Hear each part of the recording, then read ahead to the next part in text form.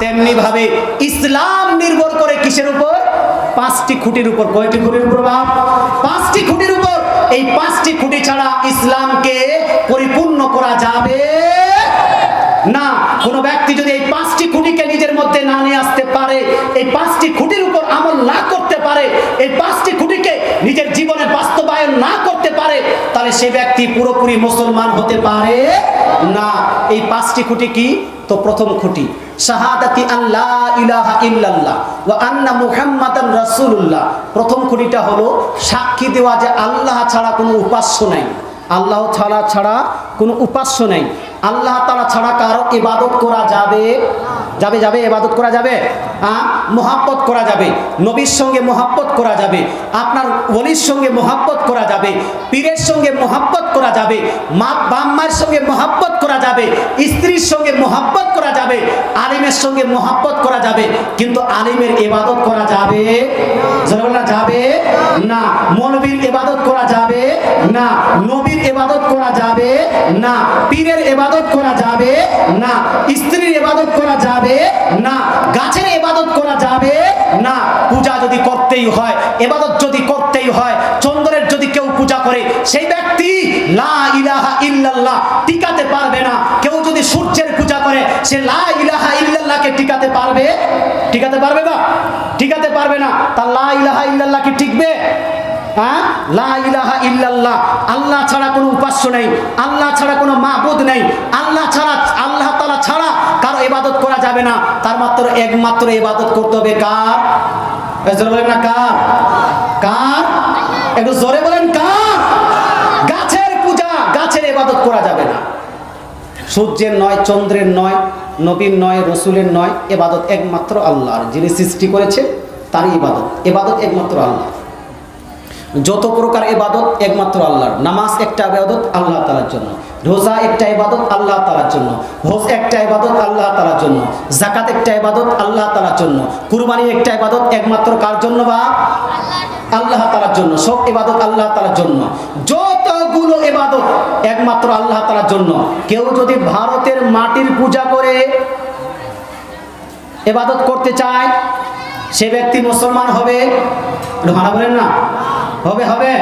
ভারতের মাটির কেউ যদি পূজা করে, সেও মুসলমান হতে পারে না।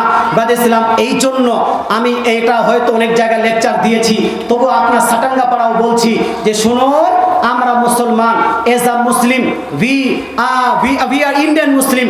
আমরা হলাম ইন্ডিয়ান মুসলিম। আমরা ইন্ডিয়াতে বাস করি, ভারতে বাস করি। আজ থেকে নয়, আমাদের পূর্বপুরুষ এই ভারতেই ইসলাম গ্রহণ করেছেন, আর এই ভারতেই আমরা ইসলাম আপনার পেয়েছি। এই ভারতে আমরা ইসলামকে ফলো করি, এই ভারত থেকে আমরা ইসলামের সমস্ত কাজ করি। বলতে চাই মুসলমান, ভারতে মুসলমানের অনেক অবদান আছে। আমরা ভারতকে ভালোবাসি, ভারতের সংবিধানকে সম্মান করি।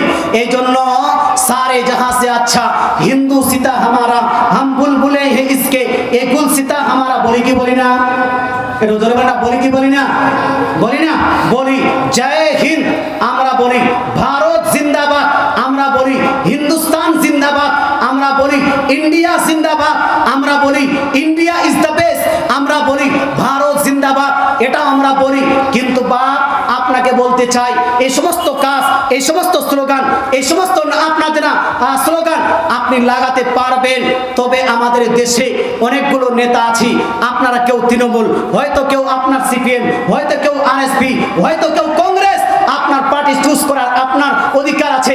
আমি আপনাকে চুজ করে দিব না যে মমতাকে ভোট দিবেন, না আপনার বুদ্ধদেবকে ভোট দিবেন, না আপনার আব্বাস সিদ্দিককে ভোট দিবেন। এটা আপনার চয়েস, আপনি ভোট দিতে পারেন। কিন্তু আপনাকে বলতে চাই, ভোট যাকেই দেন না কেন, ঈমান আমরা কোনোদিনে নষ্ট করতে দিব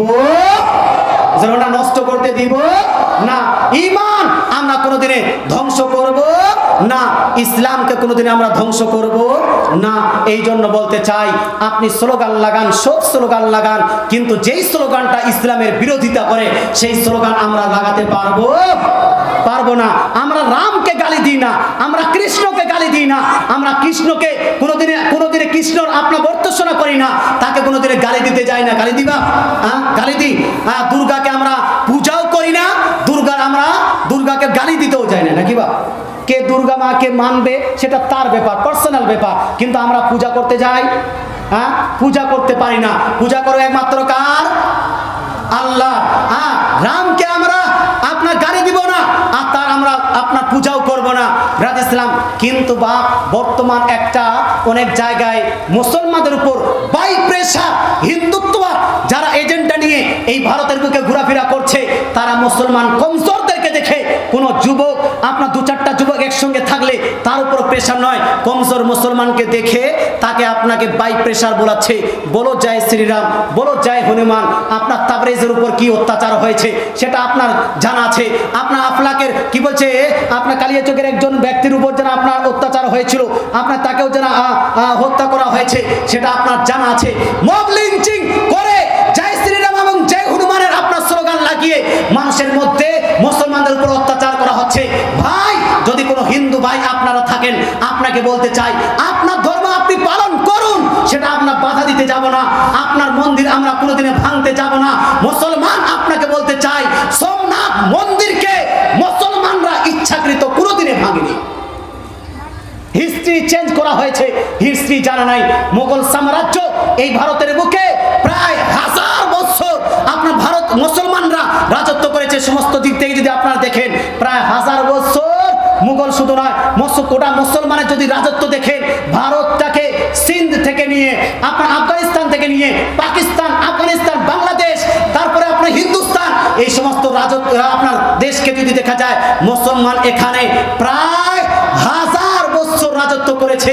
কিন্তু আপনাকে বলতে চাই, ইসলাম প্রতিষ্ঠা করার জন্য কোনো মন্দিরকে ভাঙা হয়নি, ইসলাম প্রতিষ্ঠা করার জন্য কোনো হিন্দুর উপর অত্যাচার করা হয়নি। যদি এটা করা হতো, হিস্ট্রিতে লিপিবদ্ধ থাকতো। কথা বোঝা গেল? হ্যাঁ, কিন্তু যেখানে যেটা লেখা হয়েছে সেটা ভুল লেখা হয়েছে। যদি লেখা হয় তাহলে সেটা যেন ওই বাদশাদের মধ্যে লড়াই, সেটা ইসলাম প্রতিষ্ঠা করার জন্য নয়। ইসলাম প্রতিষ্ঠা হয়েছে কাদের মাধ্যমে? বুজুর্গানে দ্বীনের মাধ্যমে। বলেন সুবহানাল্লাহ। ইসলাম প্রতিষ্ঠা হয়েছে কার মাধ্যমে? সুফিয়ায়ে কেরামের মাধ্যমে। ইসলাম প্রতিষ্ঠা হয়েছে কার মাধ্যমে? পীরানে ইসলামের মাধ্যমে। এই জন্য তো আমরা সবাইকে ছাড়তে পারছি। ডাক্তারকে ছেড়ে দিয়েছি, মাস্টারকে ছেড়ে দিয়েছি, আপনার নায়ককে ছেড়ে দিলাম, কিন্তু আমরা পীরকে ছাড়তে পারলাম? এই জোরে বলেন না।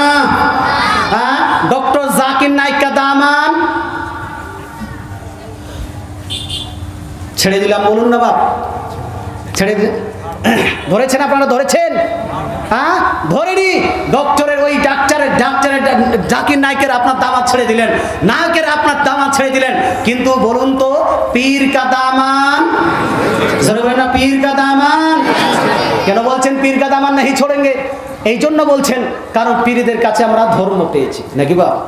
হ্যাঁ, আউলিয়া কেরামের কাছে কি পেয়েছি আমরা? ধর্ম পেয়েছি, ইসলাম পেয়েছি। তলোয়ারের দ্বারা এই ভারতের বুকে ইসলামকে প্রতিষ্ঠা করা হয়নি, আর কোনোদিনে হবেও না। বলতে চাই মুসলমান, যে কথাটা আমি বলছিলাম সেই আসল কথাতে আসি, যে আমাদের মুসলমানরা কোনোদিনে জয় শ্রীরামের স্লোগান লাগাতে পারবে না, মুসলমান হয়ে জয় হনুমানের স্লোগান লাগাতে পারবে না।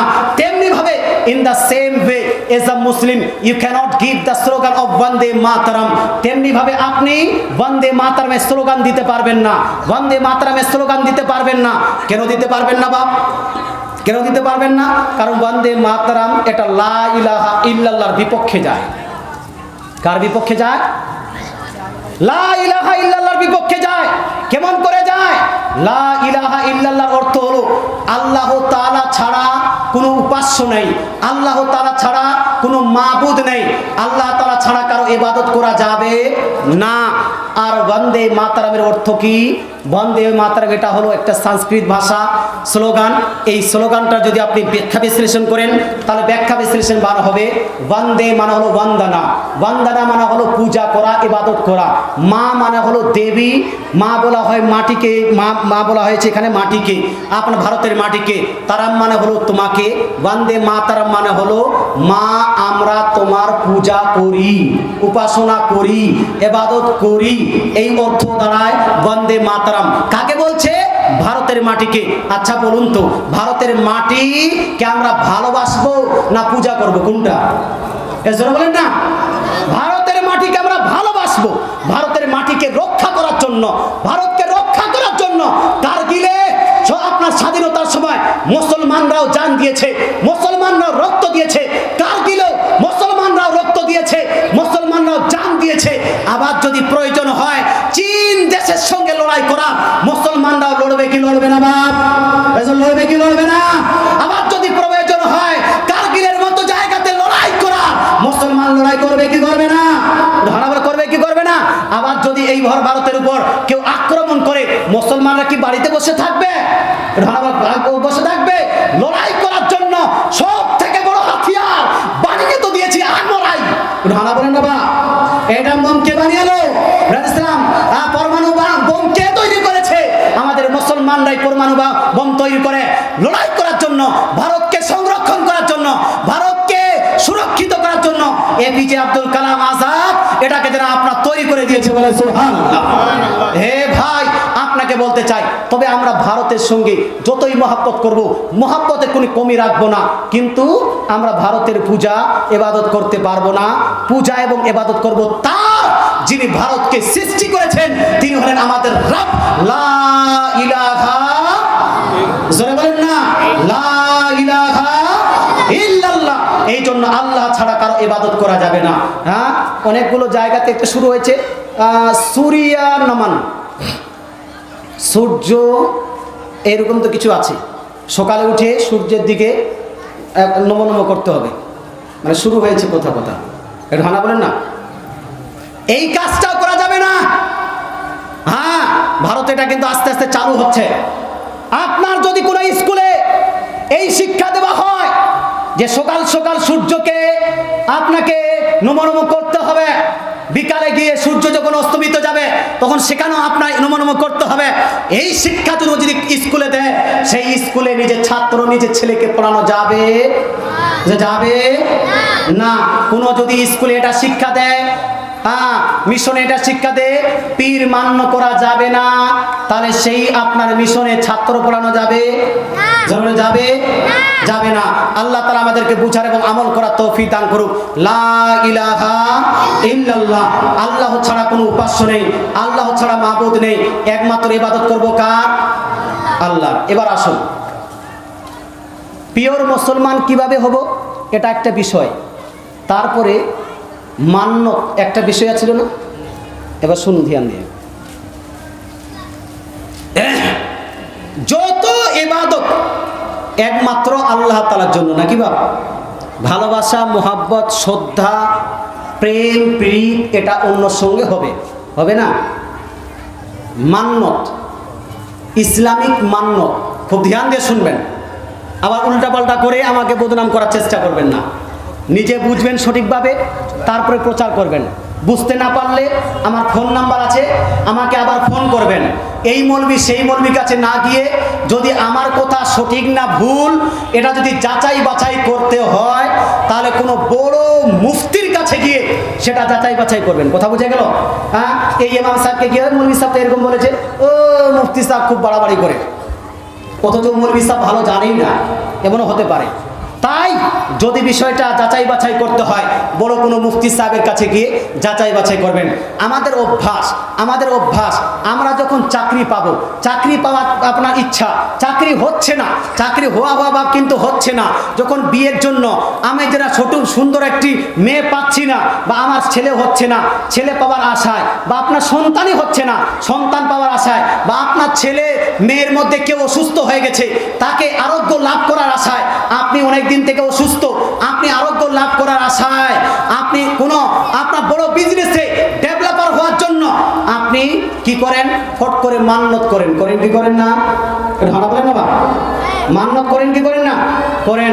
মনে করেন এটা যে আমি মান্যত করলাম, অনেকগুলো আমাদের গ্রামে দেখছি আমি, কেউ অ্যাক্সিডেন্ট হয়েছে, অ্যাক্সিডেন্ট হওয়ার পরে আমাদের গ্রামে একটা মাজার আছে, আস্তাগফিরুল্লাহ, সেটাকে মাজার বলা যাবে না, কারণ মাজারের একটা ডেফিনেশন আছে।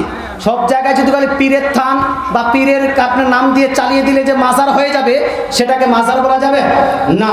মাজারের জন্য একটা নিয়ম আছে, কোনটাকে মাজার বলা যাবে, কোনটাকে এটাকে মাজার বানাতে যাবে না, এটা আমাদেরকে ভাবতে হবে। আমাদের গ্রামে প্রথমে ছিল একটা গাছ, গাছের পাশে আপনার কি বলছে মাটির ঘোড়া চাপানো হতো। মাটির ঘোড়া জানেন আপনারা? মাটির ঘোড়া মহরমের সময় মাটির ঘোড়া চাপানো হতো। সেই গাছটা কেটে দেওয়ার পরে সেখানে একটা মাজার তৈরি করে দিয়েছে আমাদের গ্রামে। ওই জায়গাতে দেখি আমি যে কেউ অ্যাক্সিডেন্ট হয়েছে, বাড়িতে এসে বললো আপনার ছেলে অ্যাক্সিডেন্ট হয়েছে, আল্লাহ আমার ছেলে অ্যাক্সিডেন্ট হয়েছে, আল্লাহ বাঁচা, আল্লাহ বাঁচা, আল্লাহ বাঁচা। ওই দৌড়িয়ে গিয়ে ওই মাজারে গিয়ে অফিস সাহেব আমার ছেলেকে বাঁচাও, আমি তোমার মাজারে, আমি তোমার এতে থানে একটা খাসি দিলাম, এরকম বলে। আপনাদের এলাকায় এইরকম না হলো কিছু তো আছে, রানা বলুন না বাবা, রাগ করিয়েন না, খুব ধ্যান দিয়ে শুনুন। প্রথম কথা হলো এই, আমাদের যে ধারণা ফালা কাজটা হচ্ছে না, যদি আমি মান্যত করিনি কাজটা সফল হয়ে যাব, এই ধারণাটাই ভুল। কথা বোঝা গেল? চাকরি হচ্ছে না, যদি মান্যত করি চাকরি হয়ে যাবে, এই ধারণাটা ভুল। বিবাহ হচ্ছে না, মান্যত করে নিলে বিবাহ হয়ে যাবে, এই ধারণা ভুল। আপনার মেয়ে বিবাহ হচ্ছে না, অসুখে আরোগ্য লাভ করছেন না, মান্যত করে নিলে আপনি অসুখে আরোগ্য লাভ করবেন, এইরকম ধারণা রাখা এটা ভুল। কথা বোঝা গেল? আমি আপনাকে জানা এই জন্য বলছি যে আমাদেরকে লা ইলাহা ইল্লাল্লাহ টিকাতে হবে। শুনুন, মুসলমান মান্যত, ইসলামিক মান্যতটা হলো একটা ইবাদত। কি এটা? এই জোরে বলেন না, কি এটা? ইবাদত। ইসলামিক মান্যতটা কি? ইবাদত। ব্রাদার ইসলাম, কোরআন শরীফের মধ্যে কোন আয়াতে আল্লাহ তাআলা এটা বলেননি হে বান্দা তোমার যদি ফালা কাজটা না হয়, এইরকম কাজ না হয়, বা মুসিবতে পড়ে যাও, তাহলে তুমি মান্যত করে নিও, আমি পূরণ করে দিব। এটা আল্লাহ তাআলা বলেননি। কথা বুঝা গেল? কোরআন শরীফে এটা নাই। হাদিস শরীফের মধ্যে স্পষ্ট কথা বলছি আমি, হাদিস শরীফের মধ্যে নবী করিম সাল্লাল্লাহু আলাইহি ওয়াসাল্লাম কোন হাদিসে এটা বলেননি যে হে আমার উম্মতিরা, তোমরা যদি মুসিবতে পড়ে যাও, এই পড়ে যাও, ওই পড়ে যাও, তো তোমরা মান্যত করে নিও, মান্যত করে নিলে তোমার মুসিবত দূর হয়ে যাবে। এটা কিন্তু রাসূলও বলেননি। কথা বুঝতে পারছেন? বুঝতে পারছেন তো? বুঝতে পারছেন। আপনি বলবেন হুজুর না বললে কি হবে? না বললে কি হবে? আমরা নবী পাক তো নিষেধ করেননি, নবী পাক তো নিষেধ করেননি, এটা বলতে পারেন কি পারেন না? খুব ধ্যান দিয়ে শুনেন বা, আমি আপনার মান্যতের বিরোধী নই, আমি কোনটা মান্যত জায়েজ, কোনটা মান্যত জায়েজ নয় সেটা আপনাকে জানতে হবে। প্রথম কনসেপশন হলো এই, মান্যত করলে কোনো জিনিসের পরিবর্তন ঘটবে, এই ধারণাটা মুসলমানের থাকা উচিত নয়। দ্বিতীয়টা হলো এই, কোরআন শরীফের মধ্যে আল্লাহ মান্যত করতে বলেননি, হাদিসের মধ্যে রাসূলও মান্যত করতে বলেননি। আপনি বলবেন হুজুর নিষেধ তো করতে বলেননি, তবে ব্রাদার ইসলাম শুনুন, এই ধারণাটাও ভুল যে নবী নিষেধও করেননি। নবী পাক সাল্লাল্লাহু আলাইহি ওয়াসাল্লাম হাদিসের মধ্যে মান্যত করতে নিষেধও করেছেন। বলেন না সুবহানাল্লাহ? একটু হানা বলেন না সুবহানাল্লাহ? নবীর কথা কি ভুল হতে পারে বাপ? জোরে বলেন না। নবীর কথা ভুল হতে পারে? নবীর কথা ভুল হতে পারে না। নবী কোথায় নিষেধ করেছেন কয়েকটা হাদিস দিয়ে দিই। এই হাদিসটি লিপিবদ্ধ আছে আপনার বিশ্বের মধ্যে সবথেকে গ্রহণযোগ্য হাদিস গ্রন্থের নাম হলো বুখারী শরীফ। আর এই বুখারী শরীফের পরে পরে যার স্থান, সেই কিতাবের নাম হলো কি জানা আছে? বুখারী শরীফের পরে পরে যার স্থান তার নাম কি? মুসলিম শরীফ। তার নাম কি? মুসলিম শরীফ। মুসলিম শরীফের মধ্যে মুসলিম শরীফ ইন্টারন্যাশনাল রেফারেন্স অনুযায়ী হাদিস নাম্বার 4325, 4326, 4327, 4328, 4329, 4330, 4331, 4332, কন্টিনিউ 8খানা হাদিসের মধ্যে নবী নিষেধ করেছেন মান্যত করতে। কি করতে বাপ? একটু হানা বলেন না। রাগ করছেন আপনারা? করছেন? করবেন তো করবেন, কিন্তু আমার উপর রাগ করা হবে না। কিভাবে নিষেধ করলেন? প্রথম হাদিসের মধ্যে রিপোর্ট আছে নাহানা আন্না নবী সাল্লাল্লাহু আলাইহি ওয়াসাল্লাম নাহানা, নিশ্চয় নবী পাক সাল্লাল্লাহু আলাইহি ওয়াসাল্লাম আমাদেরকে নিষেধ করেছেন আনিন নাজরি, মান্নত করা থেকে। মান্নত করতে আমাদেরকে নবী পাক নিষেধ করেছেন। 29 নম্বর হাদিসের মধ্যে, 4329 নম্বর হাদিসের মধ্যে ইন্টারন্যাশনাল রেফারেন্স দিচ্ছি আমি, নবী পাক বলছেন স্পষ্ট ভাষায়, লা তানজুরু ও আমার উম্মতিরা, তোমরা মান্নত করো না, তোমরা মান্নত করো না। কেন? ফাইন্নান নাজরা লা ইউগনি মিনাল কাদরি শাইয়্যা, কারণ মান্নত করার কারণে তোমার ভাগ্য কোনোদিনই পরিবর্তন হবে, জোরে বলেন না, হবে। তকদিরে যা লেখা আছে সেই তকদিরের লেখার মধ্যে এক চুল পরিমাণ কোনো পরিবর্তন ঘটবে না। তবে মান্নত করলে কি হয়? তাহলে মান্নত করলে কি হয়? তো নবী পাক সেটাও বলেছেন, ইন্নামা ইউস্তাখরাজু বিহি মিনাল বাখিল। দয়ার নবী মায়ানবী ইরশাদ করেন, মান্নত করলে শুধু আর শুধু বখিলের কাছ থেকে টাকা পয়সা বের হয়ে আসে।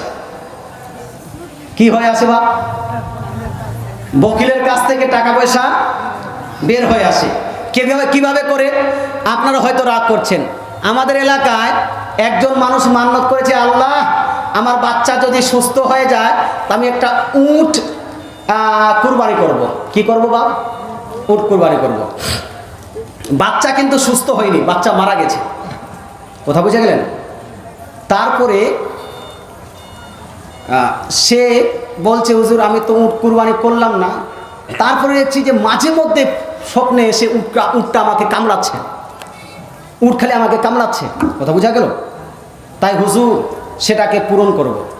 একজন মানুষের কাছে এখন যদি বলা হয় যে 50,000 টাকা মসজিদে দিতে হবে, তো হয়তো 2-1 মানুষ বার হতে পারে, খুব বেশি যারা পয়সাওয়ালা, কিন্তু আমাদের কাছ থেকে অতগুলো টাকা বার হবে? মানা বলেন না, হবে না। কিন্তু বাপ কোনো ব্যক্তি যদি মান্নত করে নে যে উট কুরবানি করব, 70-80 হাজার টাকা যদি দাম পড়ে, তারপরেও ওই না, যখন মান্নত করেছি বাচ্চার জন্য, বাচ্চা যেন ভালো থাকে, তাই আমাকে ওটাকে দিতেই হবে, 70-80 হাজার টাকা উট কুরবানি করে দিবে। হয় কিনা বাবা? হয় না? যতই দামি হয়ে যাক না কেন।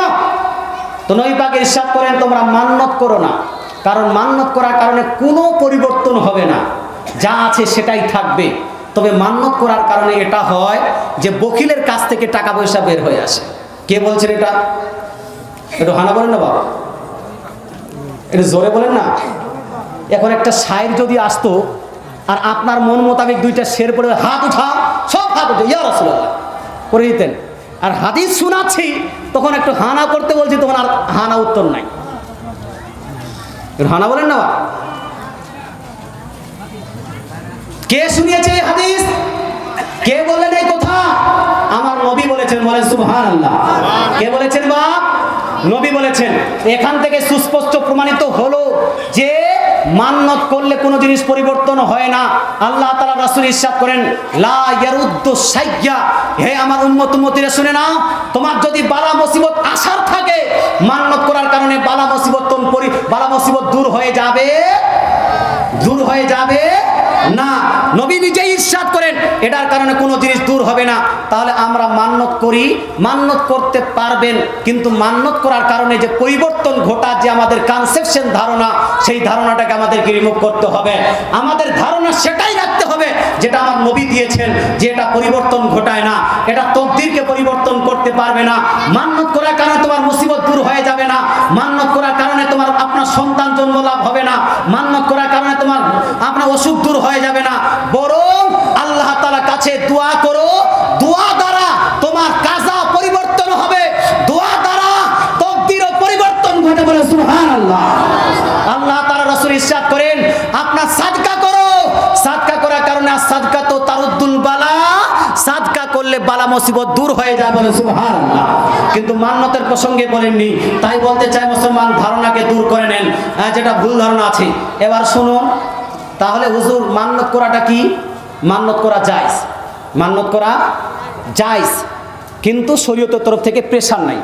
এবার যদি আপনি মান্নত করেন, তাহলে এই মান্যত করার প্রসঙ্গে, মান্যত করে নেওয়ার প্রসঙ্গে আল্লাহ মান্যত করতে বলেননি, কিন্তু যে ব্যক্তি মান্যত করে নিয়েছে সেই ব্যক্তির প্রসঙ্গে আল্লাহ তাআলা সূরা হজ আয়াত নাম্বার 29 এর মধ্যে ইরশাদ করেন, ওয়ালিয়াউফু নুজুরাহুম, যেই ব্যক্তিরা মান্যত করেছে সেই ব্যক্তিরা যেন নিজ নিজ মান্যতকে পূরণ করে। বলে সুবহানাল্লাহ। কি করে বাপ? মান্যতটা করা জরুরি নয়, মান্যত আল্লাহ রাসূল করতে বলেননি, কিন্তু তারপরেও যদি আপনি করেন তাহলে এই করার কারণে আপনাকে মান্যত যদি পূরণ হয়ে যায় তাহলে আপনাকে মান্যতটা যেটা করেছেন সেটা আদায় করা হয়ে যাবে জরুরি। বলে সুবহানাল্লাহ। কথা বুঝতে পারছেন? আবার বলছি খুব ধ্যান দিয়ে শুনবেন। অনেকগুলো এখানে মুসলিম মাসাইল আছে, মসজিদ, মাদ্রাসা, মাজার সংক্রান্ত অনেকগুলো বিষয় আছে। আজকে মাজারটা জিয়ারতের জায়গা থেকে বেশি পিকনিকের জায়গা হয়ে গেছে। এটা কি ভুল বলছি আমি? হ্যাঁ, মাজার জিয়ারতের জায়গা থেকে বেশি আপনার পিকনিকের জায়গা হয়ে গেছে। আমরা মান্যত করছি, উল্টাপাল্টা মান্যত করে নিলাম, ব্রাদার ইসলাম, তারপরে মাজারে গিয়ে ভাই আপনাকে বলতে চাই আমি খাসির মান্যত করে নিলাম যে ইয়া রাসূলুল্লাহ, আপনার কি বলছে, ইয়া আল্লাহ, আমার যদি ফালা কাজ হয়ে যায় তাহলে আমি মাজারে একটা খাসি দিব, এই রকম মান্যত করলেন।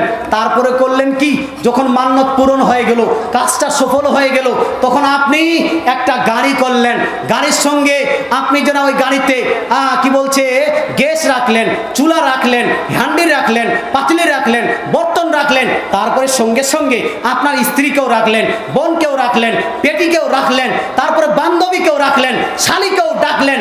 ভাবির সঙ্গে এমনিতে তো গল্প করা যায় না, ওই বড় দিঘি দেখতে গিয়ে যাওয়ার আপনার বাহানায় ওখানে একটু ভাবির সঙ্গে গল্পটাও করে নিব, আপনার ভাবিকেও রেখে নিলেন, সবাইকে রেখে নিয়ে আপনি চলে গেলেন দরগায় যাওয়ার পরে খাসি জবাই করা হলো।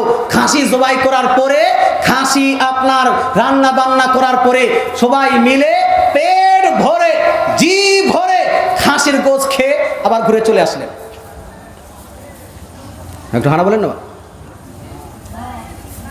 এটাই তো হচ্ছে নাকি? না অন্য হচ্ছে? না ওখানে গিয়ে খাসিটা দিয়ে আসছেন? আপনার খাসি নিয়ে গেলে ওখানে জবাই করে খেয়ে দিয়ে আবার বাড়িতে। প্লাস পয়েন্টে কি হলো? রাগ করিয়েন না, প্লাস পয়েন্টে হলো গুনাহ। কি গুনাহ করলাম হুজুর? গুনাহ করলেন আপনার মেয়েকে সেখানে নিয়ে গিয়ে, গুনাহ করেছেন আপনার স্ত্রীকে সেখানে নিয়ে গিয়ে, গুনাহ করেছেন আপনার বেশরম ভাবিকে নিয়ে গিয়ে, যেই ভাবির এখনো বোরকা পরার সাহস হয়নি, যেই আপনার মেয়ের এখনো বোরকা পরার সাহস হয়নি, যেই স্ত্রী এখনো পেট দেখায়, পিঠ দেখায়, যেই স্ত্রীর কাছে এখনো আপনার মোটা কাপড় নেই, যেই স্ত্রী এখনো মাথায় আপনার উড়নি দিতে জানে না, সেই স্ত্রীগুলোকে নিয়ে গিয়ে, সেই মহিলাদেরকে নিয়ে গিয়ে ওইখানের বাজারকে বাড়িয়ে, ওইখানের হারামকারীকে বাড়িয়ে ওলিয়া উলিয়াকে বদনাম করে আপনি গুনাহ করেছেন। কি করেছেন বাপ? গুনাহ করেনি তো উরুসে গেলাম, মাজারে গেলাম, নেকিটা করে নিলাম, এত ধারণা আপনার ভালো না? না মুসলমান, সব ভালো কাজ করতে গিয়ে আপনি ভালো কাজ যদি নিয়ম মোতাবিক করেন তাহলে সেখানে নেকি পাবেন, আর যদি নিয়ম মোতাবিক না করে নেকি হবে না গুনাহ। জোরে বলেন না নেকি না গুনাহ? জোরে বলেন না নেকি না গুনাহ? আপনি জালসাতে বসতে চান, টুপি লাগিয়েছেন, ঠিক আছে, পাঞ্জাবি লাগিয়েছেন, ঠিক আছে, আপনার যারা পায়জামা পরে এখানে বসেছেন, লুঙ্গি পরে বসেছেন, কিন্তু ওইটা না করে যদি আপনি আপনার কুর্তা খুলে, গেঞ্জি খুলে, এই আপনার লেংটি মারা বুঝেন আপনারা? বুঝেন লেংটি মেরে যদি আপনি স্টেজে এসে আর জালসা শুনতে চায়, নেকি হবে না গুনাহ? হুজুর কি করে গুনাহ হলো? আমিও জালসা শুনছি, ওই মৌলভী সাহেবও জালসা শুনছে, ও হচ্ছে নেকি, আমার হচ্ছে গুনাহ। কেন? কারণটা হলো এই, ও আপনার নিয়ম মোতাবেক জালসা শুনছে, এই জন্য তার হলো নেকি, আর আপনি ল্যাংটি মেরে নিয়মকে উল্লঙ্ঘন করেছেন, এই জন্য আপনার